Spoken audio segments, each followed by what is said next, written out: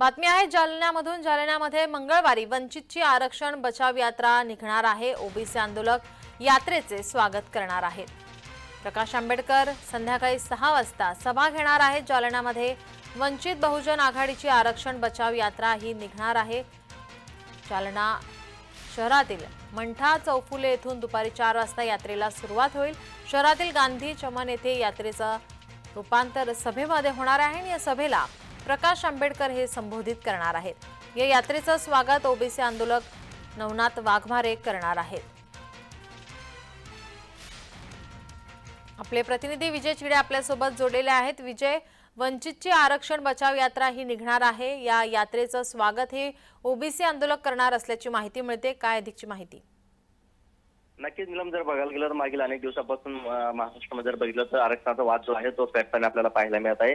आज जर पाहिलं गेलं तर ओबीसी आरक्षण बचाव यात्रा देखील काही दिवसापूर्वी काढण्यात आली। त्यानंतर बघितलं तर आरक्षण बचाव देखील यात्रा जी आहे ती वंचितकडून काढण्यात आली। यामध्ये जर बघितलं तर प्रकाश आंबेडकर यांनी ही यात्रा सुरुवात केलेली आहे। त्या यात्रेचा आज जवळपास 6वा दिवस आहे आणि यात्रेमध्ये ते मराठवाड्यामध्ये दाखल झाले। जालन्यामध्ये त्यांची यात्रेला जी आहे त्या 4 वाजता सुरुवात होणार आहे। त्यांच्याकडून रॅली देखील जालन्यामध्ये काढण्यात येणार आहे। त्यामुळे पुन्हा एकदा आरक्षण बचाव ही यात्रा जी आहे ती सुरुवात झालेली आहे। यामध्ये जर पाहिलं गेलं तर ओबीसी आरक्षणाचा मुद्दा देखील अनेक दिवसापासून गाजत होता, मराठा आरक्षणाचा मुद्दा गाजत होता। त्यावेळी जर पाहिलं गेलं प्रकाश आंबेडकर यांनी दोन्ही आंदोलकांना जे आहे ते भेटी घेतल्या, त्या दोन्ही आंदोलकांना पाठिंबा दिला होता।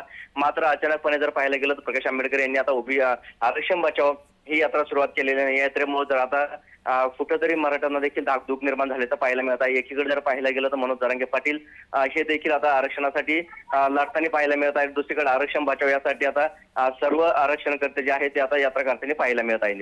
धन्यवाद विजय, आपण दिलेल्या सविस्तर माहितीसाठी।